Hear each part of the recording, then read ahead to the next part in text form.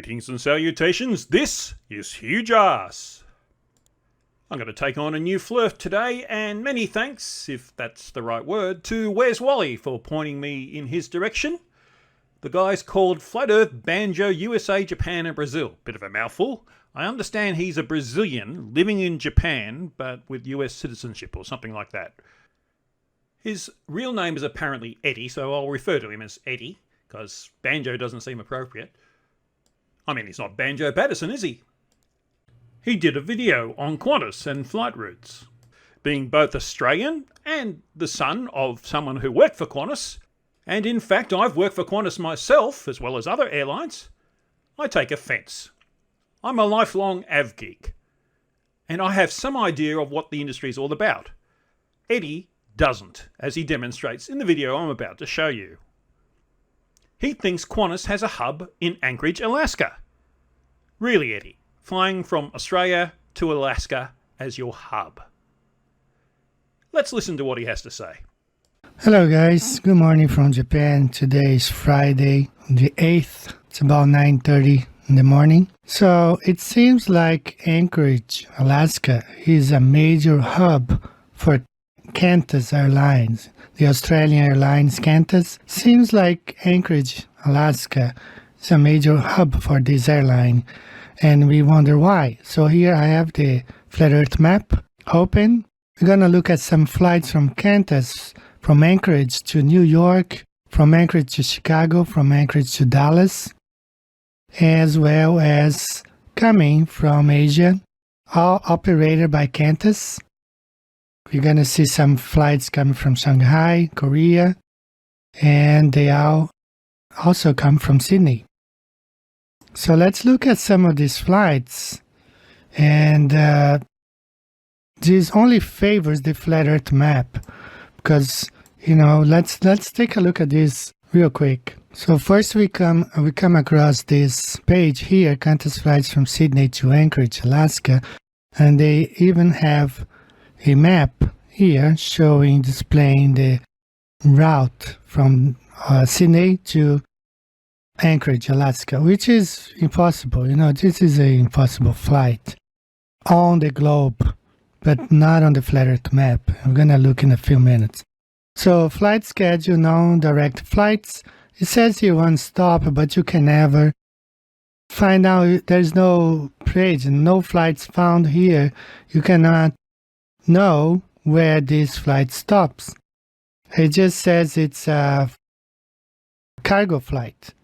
This is a scheduled cargo flight, cargo flights. There are several of them.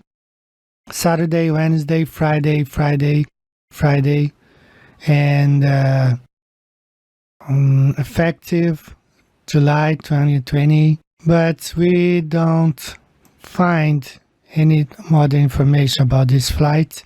Direct flight, of course, it doesn't favor the globe, but if you look on the Flat Earth map, you understand this is a flight. Actually, we can open this one here. I've made a video about Sydney. You have here Sydney to Anchorage, Alaska, right here. You can understand why this is possible on the Flat Earth map, but it's not possible on the globe. This is impossible on the globe. Okay, first point. I know that English is not your first language, but Qantas is an acronym, and it's pronounced the same way all over the world. Qantas, not Qantas. In fact, that even sounds rude. I've heard Chinese say Qantas. The Chinese can say it. I can't see why a Brazilian can't say it. And it makes no sense whatsoever for Qantas to have a hub in Anchorage, but we'll let him explain. So when we look at the Flat Earth map, we can understand why these flights come from Sydney towards the United States. Here it is how those flights work on the Flat Earth map.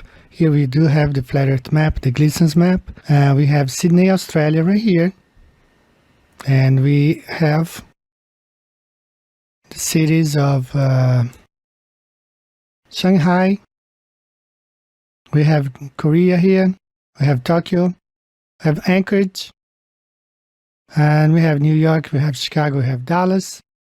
Those flights make way more sense when you plug them, you look at them on the Flat Earth map. There are flights, straight flights from Sydney to Anchorage, but we could not see.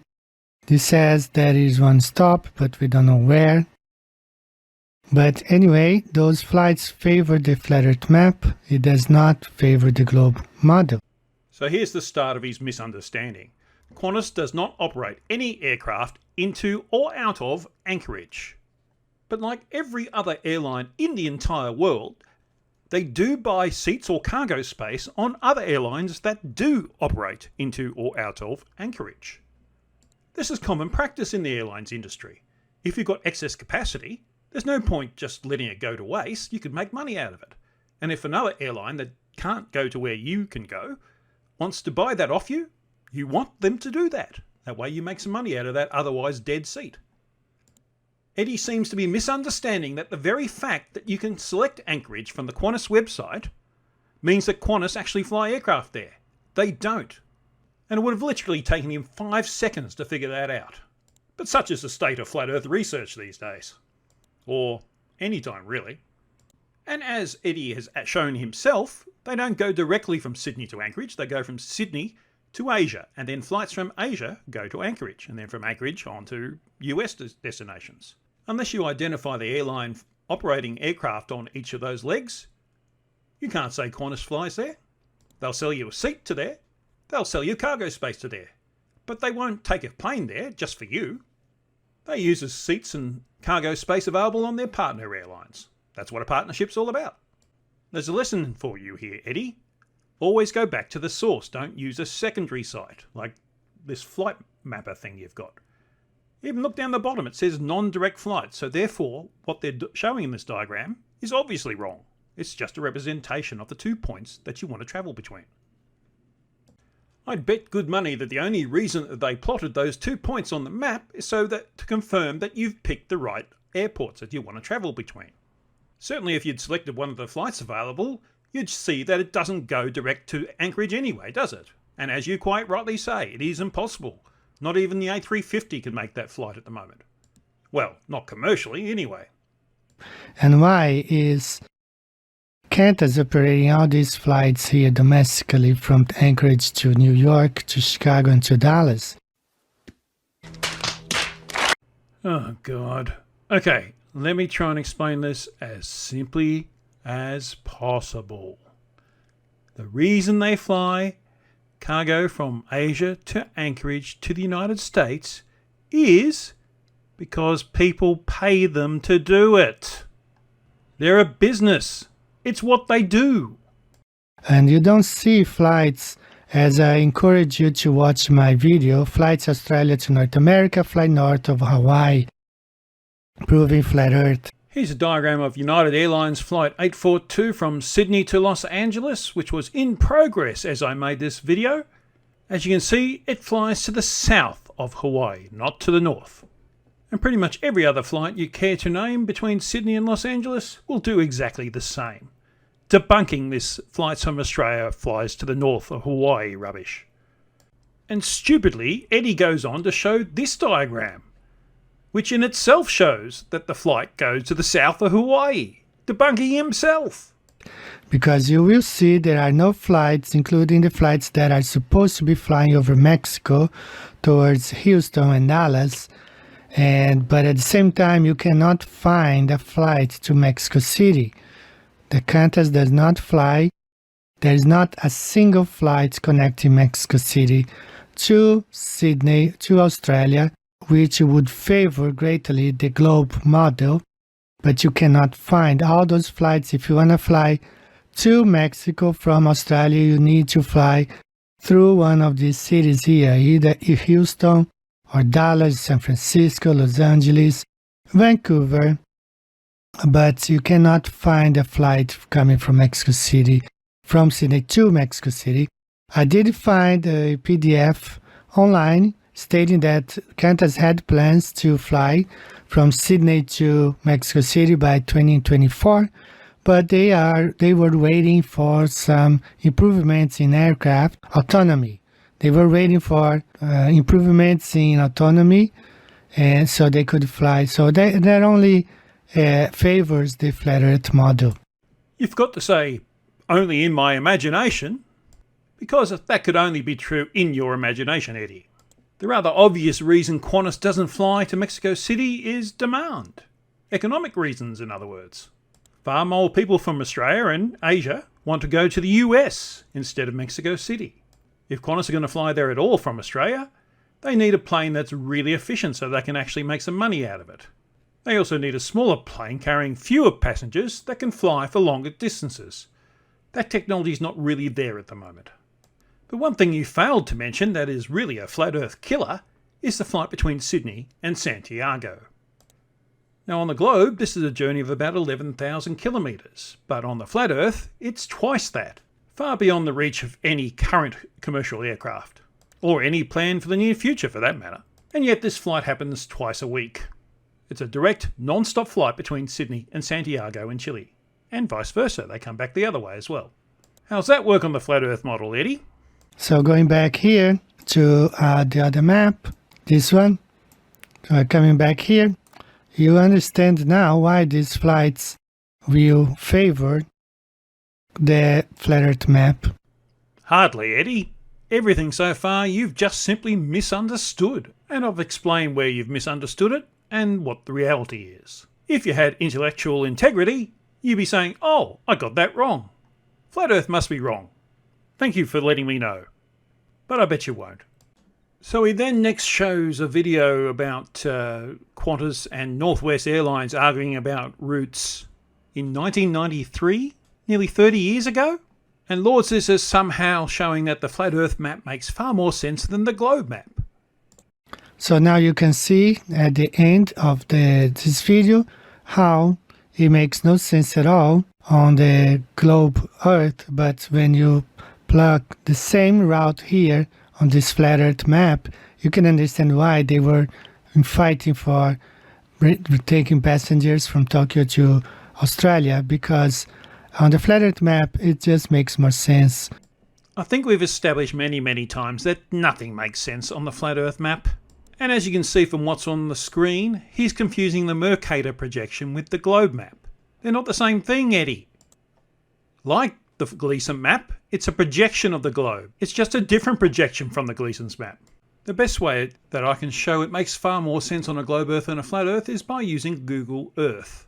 Starting in Sydney, we draw a line to one of the Tokyo airports and then onto JFK Airport in New York.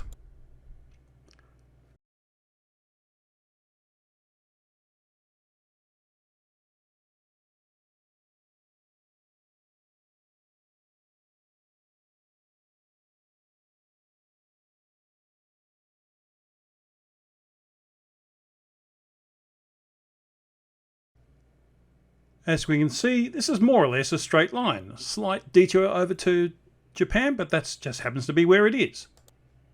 The line is pretty much a straight line, which makes it the shortest distance, and that's the whole point.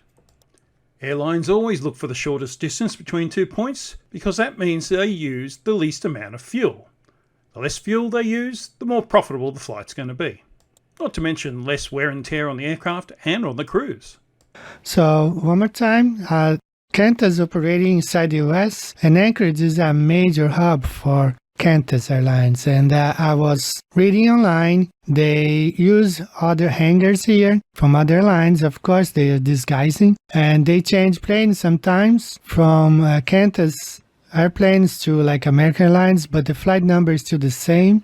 Still keep on flying as Qantas flights, not as an American Airlines or other US carriers. Well, yes, as I explained earlier, that's code sharing, where an airline books seats or cargo space on a partner airline and doesn't operate the aircraft themselves, but they can sell those seats or cargo space to their customers. Weren't you listening, Eddie? Anyway, it's easy to prove me wrong, Eddie. All you have to do is show me some pictures of a Qantas aircraft at Anchorage Airport that is a regular scheduled flight. If you can do that, I'll say I'm wrong. But until you can do that, you are wrong. You have zero evidence for what you're saying. That's all the stupid I can take from this video, and the corgi's warming up anyway. So if you like this video, click the like button. It really helps me out, as does leaving a comment. And if you'd like to see more of what I do, click the subscribe button and the bell notification so that you get notified of future videos that I put out. And if you really like what I do, please show your appreciation by buying me a cup of coffee through the ko-fi.com website. It's a one-off donation, which I very much appreciate. Many thanks to everyone who's done so far. Some of you have been very generous, and I'm humbled by your generous donation. There's a link in the description of this video for that, and there's also a link to my Discord server if you'd like to join there and have more interactions with me directly. So there's nothing left to do but cue the corgi.